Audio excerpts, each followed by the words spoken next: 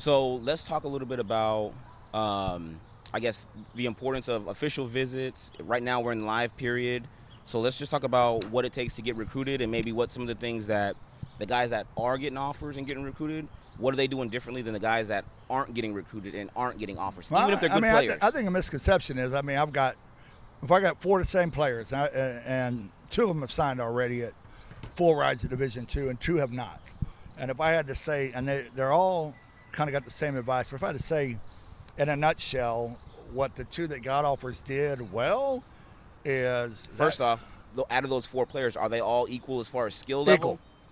Equal You think talent. they're all talent? They're Exactly equal from my evaluations, from early camps, from progress to season accolades to the year they had. Okay. Completely equal. So they put themselves in position to secure offers now because of the body of work. So you're saying we got equal talent level players. 2 of them got offers and got signed. They're signed. They're done. And then 2 of them have not. They're signed. They're done. So what are the ones that without have saying- not? What can they do to improve their chances? well, of no, getting it's not recruited? about what they can do. It's about what they didn't do and what their lack of understanding is. It's like they have taken official visits like the official offer has been made. No, when I was at Texas State or West Texas A&M, that offer is made at the end of the 48-hour visit. If you're getting an official visit, then you need to go past the test then. A lot of guys don't know how important it is. We flew guys home. And so, point being, my most talented guy, really my most 2 talented guys I've worked with all year that people were calling on asking for help, the main mistake that's being made is he's going on the visits. Thinking that it's a done deal. Yeah, and it's not.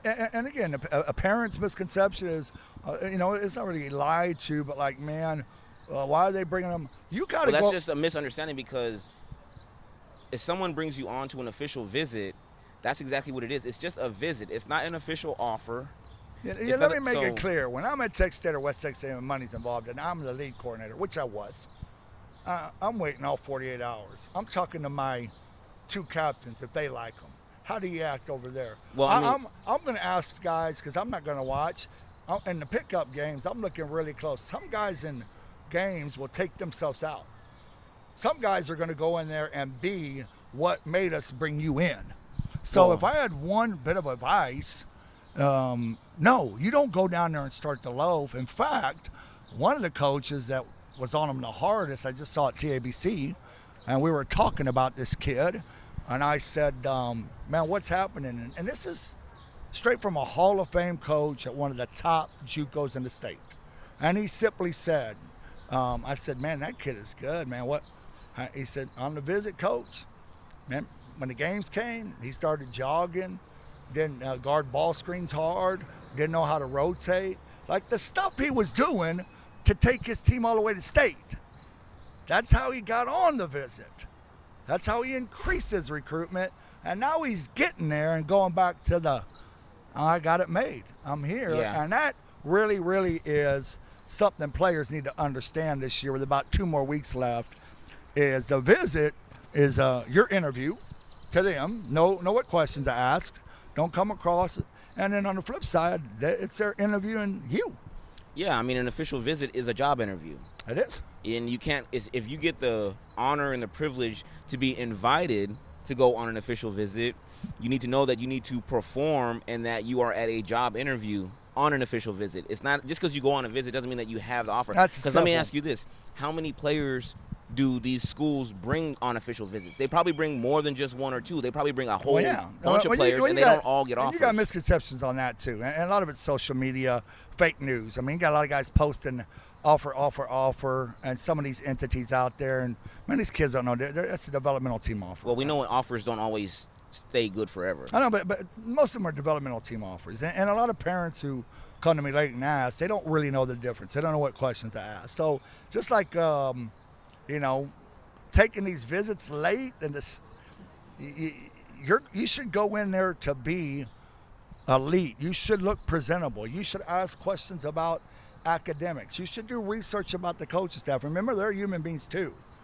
Like if you're just going in there as a hooper when I was coaching and haven't probably, or if you're going in there and you've already done your research, like we've been researching you, we're going to talk afterwards. Mm-hmm. If everything's equal, bam. And yes, we do look at maybe that hour or two. We're not going to define it either way of you playing with our guys, but that's what we want to see, the things that brought you on that visit. Well, it's smart to have players play against their guys because they want to see how they stack up. Because you might be good in high school, you might be good at your club team or whatever, but you got to match up against that college level competition to see how you match up against them. So that's the smart Again, thing to do. don't misinterpret it, man. It's more about you ain't got it made till you got it made. Well, basketball is a performance sport. It is, and And they're again, going to judge you on your talent playing basketball and also your character.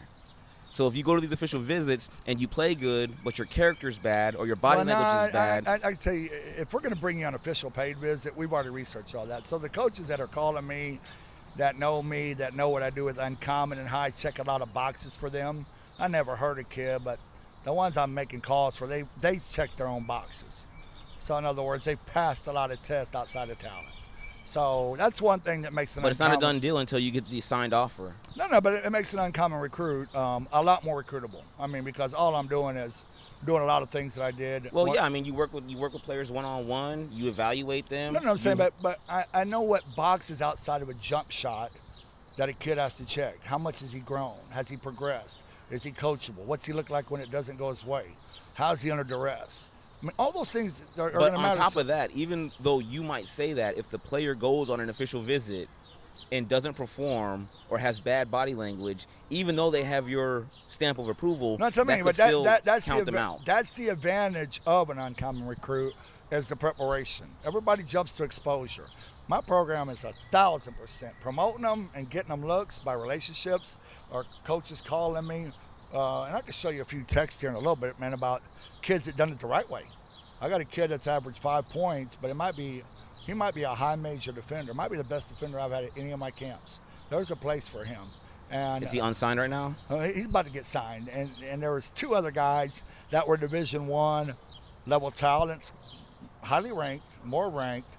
There was 3 of them that went to like this college exposure camp or whatever. 6 coaches there. I mean, I'm at another event, and 2 of them emailed me or hit me up, said, who is this kid, Xavier? I mean, he's one of your guys. I mean, is this just a joke out here? And what I mean, They said who is he in a good way or a bad way? in a good way, because again, they were going there to see the other 2 guys that were with me that were getting more love, more pub, and I want to make sure kids understand. So those rankings were good, and they were really high-level all-state kids. And in that environment, and I'll show you the text after this, in that environment, it should be something that these kids hear anyway. This is straight from a college coach, and you can see it. And here's what he said, Coach, this kid's picking up full court. He's talking like a mother. He's pulling his teams together. He's sprinting to the bench. They can't.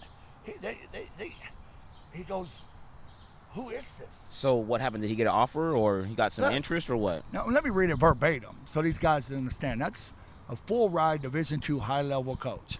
They're in a 60-player nonsense tryout. That's what I mean by parents blaming that too. Even if you're not coming to my camp, if you're going to go play 3 games, cut your ass off. Sprint the lane. That's what's killing that kid on visits. He's not playing like he did the last 2 months of the season. So, look, this is Well, what you got to perform. This is what you do if you're not on every radar and you're on, and I'm putting my name on you because you won over and finished on top multiple times. This is it. Man, he's picking up. He talked the entire time. He showed the athleticism. Boom. Man, stronger, sounds, responds well to coaching. This is not rocket science. I'm going to see what I can do from him, but I wanted your opinion first. We played against each other in the championship in the Lone Star back in the day. So, yes, that's called an opinion. Well, I'm not going to put my credibility on that. At the very end, yes, I put my name on him. Right when I put my name on him, I know you don't. That's why I hit you up. I didn't do that. That kid did things that absolutely matter, and the 2 all-state guys that are unsigned, it's getting worse. That ripple effect. Coaches talk to coaches. And that's So what I mean this about kid, the live this period. kid that the coach was talking good things about, that's one of your clients too? Yeah, the one that was the most least known. Okay, well, that's what I'm saying. Basketball is a performance sport. When Well, when you perform against people, you have to, because like you said, you can see things online. People can write about you. You can be ranked, whatever. But people have to see you play in person and see how you perform in Well, person. that's right. And if you perform well, like this kid did, and you get offers and you get recognized, that's how it's supposed to work. It's not performing well. It's the stuff when you don't make one jump shot, kind of like the live period we're talking That's about. not performing well. No, that's not. If you don't perform well, then how can you expect to get any offer? If you don't make one jump shot, then they're not dumb. Again, Boris, this is my lane. I've already researched that you've averaged 21 points. You're going to have an off day shooting the ball. I've already researched. And everyone does have an off day. Everyone does have. It sucks if you have an off day when you're in front of on a college visit, or if you're at a high profile type of event. What you can't do on an off day, and this ties into live period. Everybody chases exposure. What you can't do is show half-ass effort. Game one, play harder set game two, drop 25 in the morning game on game three without guarding anybody, without communicating, without defending, and being a liability in every other area, and then finish it out with the average performance. So you're telling me you can't slack off? You can't just go out there and just slack off and play? It's not just that. That's a joke, by the way. I know you can't slack off. Well, no. I mean, too many people chase exposure in live periods. I do it a little bit differently. The live periods are great for exposure, but you got to perform. Nah, they also decrease a lot of kids' recruitment. Well, that's because, if they decreases their recruitment, it's probably because they weren't as good of a player as they were topped up to be. No, it's everybody's chasing exposure without really understanding. What do you mean by chasing exposure? Because that's what you're supposed to get at a live event. But again, if you're not the guy, again, if I'm going to a live event, when I was going to a live event. So what's the purpose of a live event? When I was going to a live event, I already had researched the 7 guys. And you want to see him with your own 2 eyes. You want to see how he performs. Somewhat, but we've already researched all the boxes. So if you've done all your research, then why even go to the live event? Because you're there and they need to see your name on their gym. Because when you're a real player, I'm recruiting against 40 other junkyard dogs who are called recruiters. So I got my own competition. So that kid's got to see me outworking them. I got to be at every game. If you're really, but it shouldn't be that hard. If you're really getting recruiting, it is hard. It shouldn't be that hard. It is that hard. It should not be that hard. Well, no, it shouldn't be, but it is that hard. And I'm saying, from a coach's perspective, if you're trying to recruit a player, if you got a good program, and if you're actually interested in a player, then you need to show your interest and you need to make your offer instead of holding out. That's what's making it hard, is holding out. Who, the coach is holding out, or the player? The coaches. Nah, there's a lot of guys that I'm working with because coaches and if they're holding off, then it's probably for a good reason, because they're not 100% sure yet. So that's what I'm saying. Well, again, that's the purpose of going to those. Even if you're not sure, you have to understand how to handle follow-ups with coaches, because that's the business aspect of basketball. I'm getting calls about, which blows my mind, on some kids that I have that should be signed, and I'm hearing one thing from the kid, and then I'm gonna always believe the coaches at this stage. If they're calling me asking for help and more information, I know they're reaching out. That's a different call. So that kid not answering calls, not responding. The kid's not showing interest. Then the kid's not serious. How could you not return a call from a coach at a school that you want to go and play for, unless you don't care? And if you don't care, then that's absolutely fine. You just need to be upfront and honest and let the coaches know that you don't care. No, that's what you're showing. There's a way to handle it if you want to continue to. But you don't need to be wasting people's time. Well, again, there's a way to handle it. For me, when I was on the other side, that would keep that kid on my board, and there's a way to kind of just not return any calls. If you're looking for something bigger, we're going to still pursue you if you're my number one guy, until we don't want to pursue you no more. We're going to have other options, but that's part of the But I think recruiting is a two-way street. There's effort coming from the coach, and there should be even more effort coming from the player, showing how serious that they are. Well, again, what I said a while ago, and it's not a knock on anybody. It's just how I've designed Uncommon. It's what I do with UC Exposure Recruiting Service and the program I offer year-round. Like I said, people think I run camps. And even with that, and I'll just say this about you. You run an excellent program. You work these kids out. You do an in-depth, thorough evaluation, and you have a 25+ year history of being a coach at the collegiate level. So you got tons of connections and credibility. So if anybody works with you and they're a decent player, they shouldn't have an issue getting recruited. So people are getting rich. I have less clients. But I've worked with Logan Gonzalez, signed. I worked with Chris Howe. You work with a lot of players that have gotten signed. that have signed that are off in school, but they're also playing well. Yeah, you got to perform well. Yeah. And I was proud to see that kid that used to be with me a couple of years ago. I mean, guys, CJ Hadnot, man, he got a little under recruited, and man, he just committed to Houston on an NIL deal. So his work ethic never stopped. He got in my program as a sophomore. He didn't have a jump shot. So point being is the money grabs. They don't care if Boris is working. They don't care if you're chubby. Who cares about the money grabs? No, I'm talking about parents do. Well, I mean, they might be getting duped by the money grabs. They are duped. But who cares about the money grabs? You can trick parents, but, yeah. but if you have real relationships and a real passion for helping the game, and like I've tried to do, you're not tricking college coaches. So my formula, you can't trick a college coach. My formula, coach. what I like to do is really, really help, which nobody wants to do. Really help the player maximize his potential. If that means you're a Division III kid at the end of the journey, we're going to get the best Division III offer. If you're a Division I kid, so there's some steps to take. So that's a little bit more uncomfortable when you have to fix things, put the work in, but it's proven. But that's why I enjoy working and seeing a player and help get him to his highest potential based on all the things we don't need to mention here that I do beyond. They don't sign profiles, they sign players. My player cards are a research lead tool. Well, it's stuff that you need these days to help promote and market players, because basketball recruiting is about performance, and it's also about your promotion and your marketing and your networks and working with a lot of people, because it takes a village to raise a child. When these players get signed, they work with people like you. They work with people that can help them create media content. Well, here's they work with their tricks. AAU coaches. They work with their high school coaches. Here's some of the they tricks. need their parents' help. There's so many people that are involved with a player getting recruited. It's not just one person or one organization or one entity that helps them get recruited. And the players need to know that it all starts with them, because yeah, but I'm saying again, you're paying for exposure. Exposure is a byproduct of performance. But it's something you got to do, though. You got to get exposure. I got you, but it's a byproduct of performance.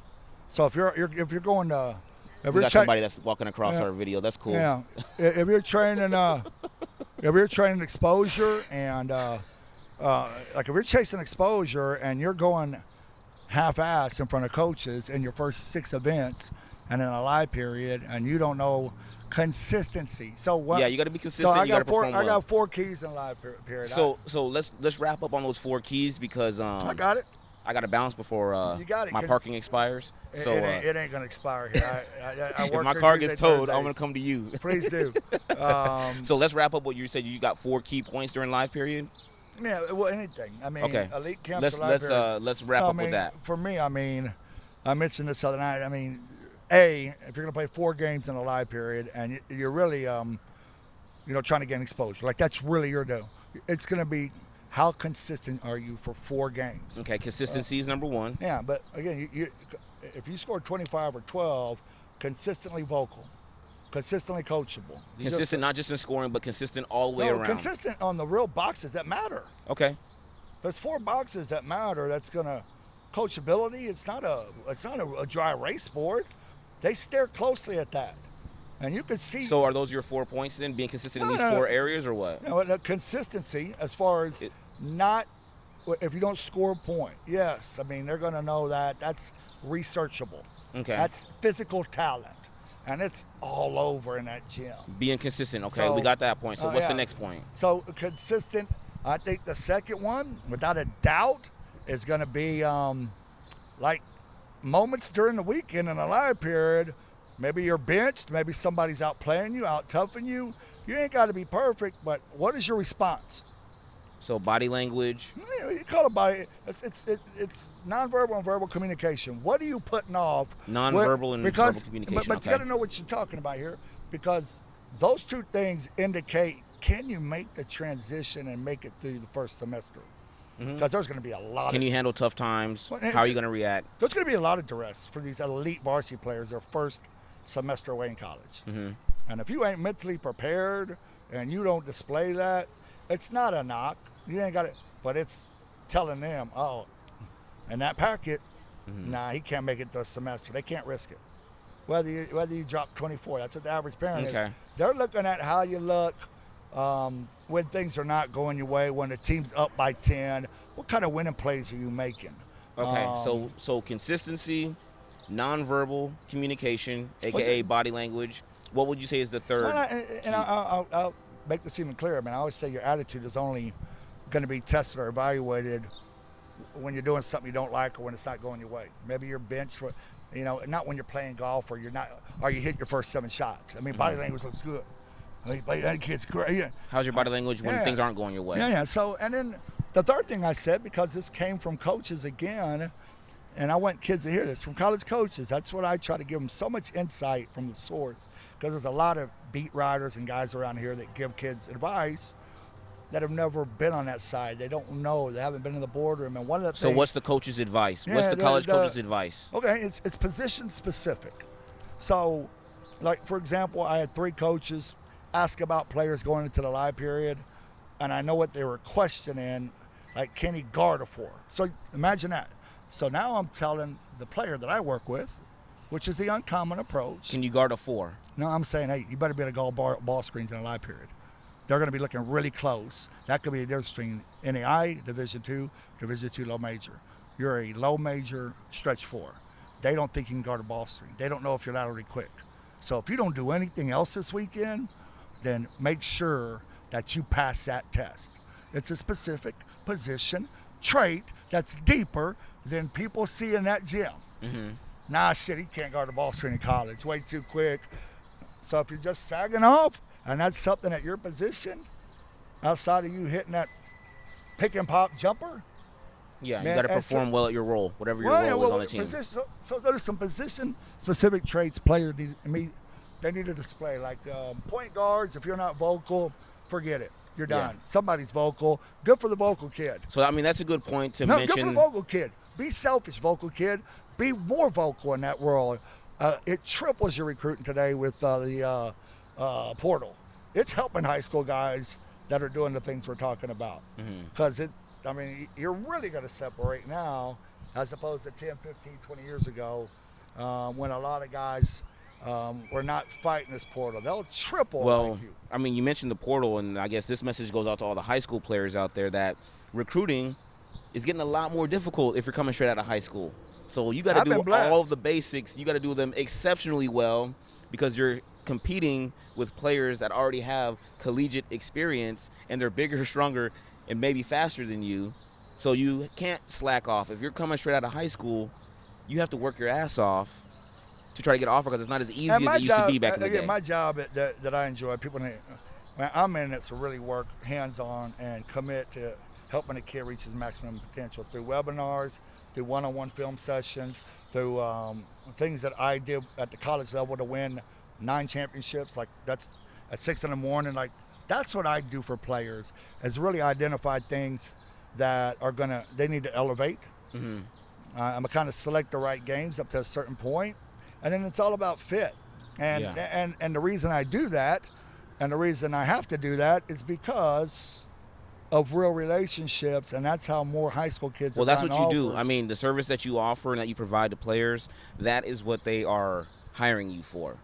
It's for your expertise and what you do to work with them, to go above and beyond, to get them to get their best opportunity. I just don't. We've already solidified that. Yeah, but I don't get how people pay so much money and they don't see their own child not putting in college level work.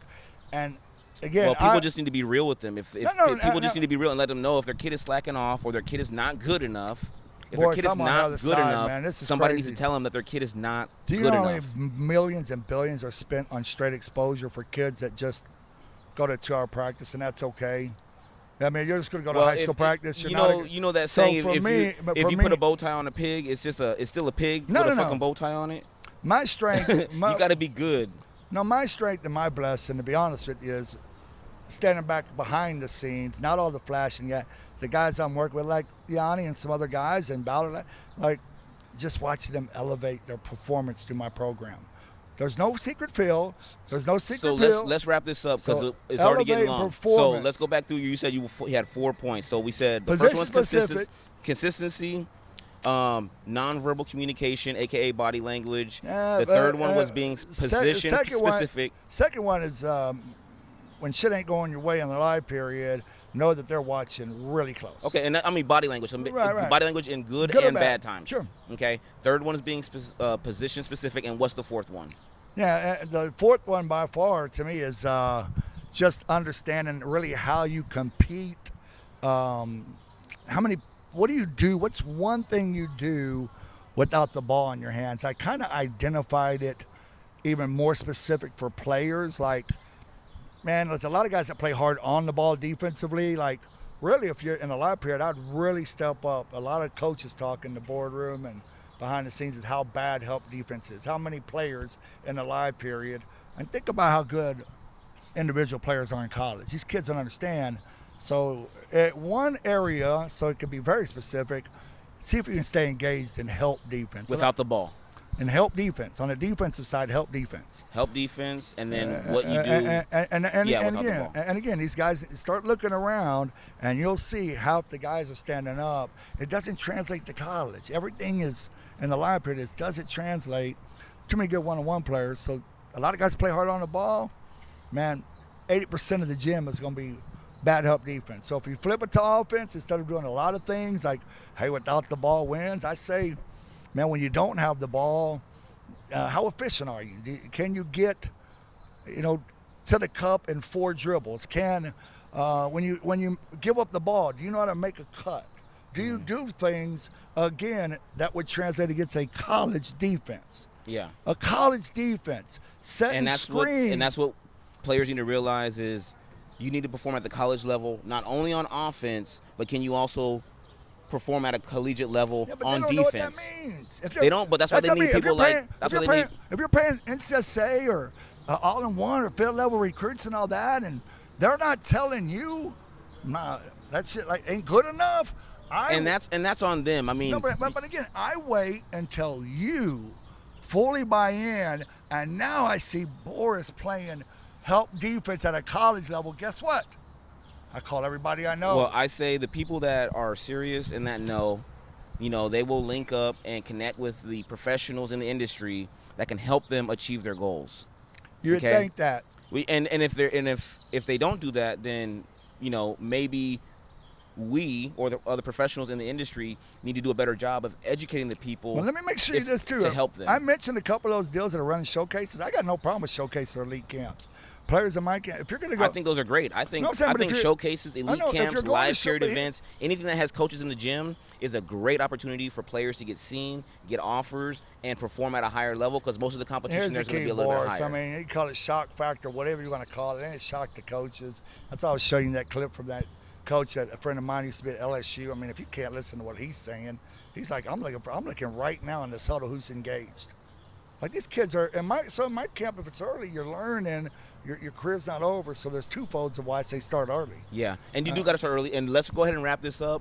Also, we're wrapping this up. Think that car's going to get towed? I do think my car's going to get towed, so I'm trying to get the hell out of here. I'll bet. But let's wrap it up with this. This was a great conversation. Also, you do have some camps coming up. So players that are trying to get that exposure or trying to get some coaching by Coach V, you can make come out to these camps. Go to his website. It's uncommonbasketball.com, right? Uh-huh.